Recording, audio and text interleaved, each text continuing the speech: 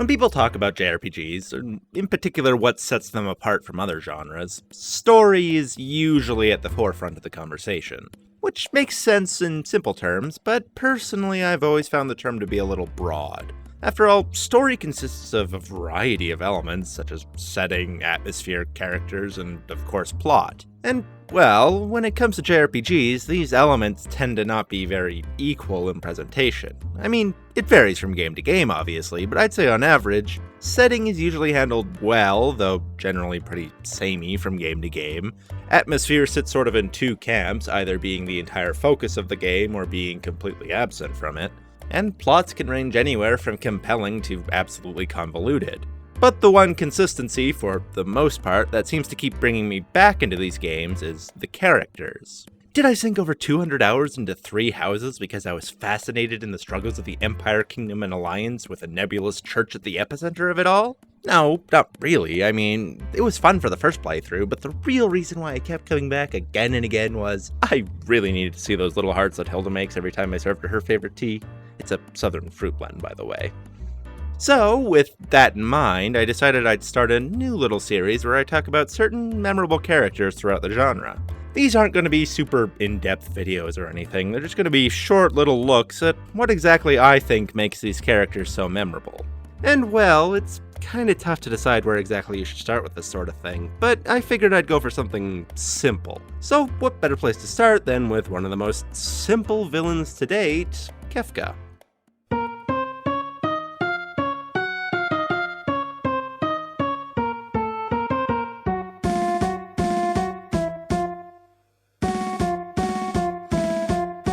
So, Kefka Palazzo is the primary antagonist of Final Fantasy VI, and plays the role of a court mage within the Gestalian Empire, the primary bad guys of the game.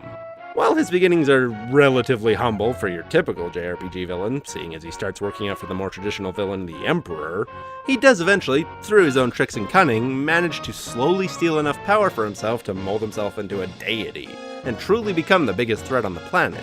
Along his journey, he performs a number of nefarious deeds, including but not limited to mind-controlling our game's protagonist, nearly setting a town on fire, successfully poisoning another town's water supply, stabbing several of his closest allies right in the back, and, well, fucking the planet so hard that he gets a sort of sexual Stockholm syndrome and creates a cult to worship his mighty majesty. So, yeah, he's an efficient little bugger if anything else. Now you might be inclined to ask why exactly an insane clown with a surprisingly memorable laugh would garner the reputation he has. I mean, after all, he's not exactly a deep or nuanced character. But I think that's part of the reason he's managed to stay so memorable. I mean, you see, JRPGs have this weird obsession with villain motivation, namely trying to force one on them. We now return to typical JRPG villain dialogue. Don't you see, boy? Beauty is what I desire, so I must destroy everything not beautiful. Oh, but Pokemon, they're too beautiful, don't you see? They have to be destroyed in order to protect their beauty. Yes, that makes sense. I want to protect beauty itself, but not the most beautiful things. Those are just too beautiful. They need to be destroyed. Thank you for watching yet another episode of typical JRPG villain dialogue. I'm guessing this sort of thing is done to make villains more believable, by giving them a more grounded motivation for the terrible deeds they commit. But all this really ever seems to do is drive home to the audience just a little they can relate, because honestly, 99% of the time, the motivation is nowhere near justifiable enough to destroy an entire planet over. Instead, the villain usually just comes across as, well, incredibly stupid.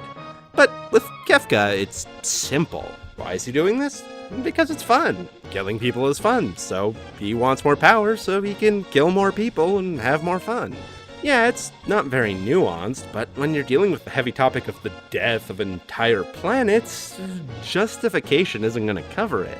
It's going to result in millions upon millions of them dead if his plan succeeds. Trying to act like there's some reason for why they're doing that is not only next to impossible, it's foolish. Now, don't let me start to give you the idea that all you need to do to make a memorable villain is throw them in the chaotic evil side of a D&D alignment chart and call it a day. There are plenty of villains out there who will happily commit countless truly despicable deeds simply because they want to, but most of them are nowhere near as memorable as Kefka. Now, what Kefka has going on for him is he's quite simply just fun. The very first moment we see him in the game is watching him admonish two henchmen for failing to clean the sand off his boots while he's walking through a desert. It's such a fucking petty display of authority, and it's perfect at encapsulating what is so great about Kefka.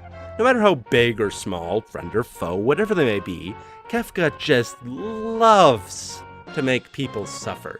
He giggles while he wipes out entire towns, chuckles while he drains the Esper's powers, and yes, laughs out loud at being able to exercise his power over his own henchmen. It's like watching a 4-year-old pull the legs off a spider. Like, yeah, you should probably stop that, or some seriously fucked up shit may be in the future, but I mean, look at him, he's so happy while he does it. That's really the key to Kefka's influence. I mean, there are a couple other small things that help him along the way, like it's cool that the main villain of your game starts off relatively weak but grows in power alongside your party, or the fact that Kefka is on the very exclusive list of villains who actually managed to pull off their grand plan and cause irrevocable damage to the planet. But more than anything, it's just that straightforward, I guess you could call it love for what he does. There's something inherently addicting to just watching someone going all out doing something they enjoy, and, well, turns out watching a villain enjoying being a villain is equally as enjoyable.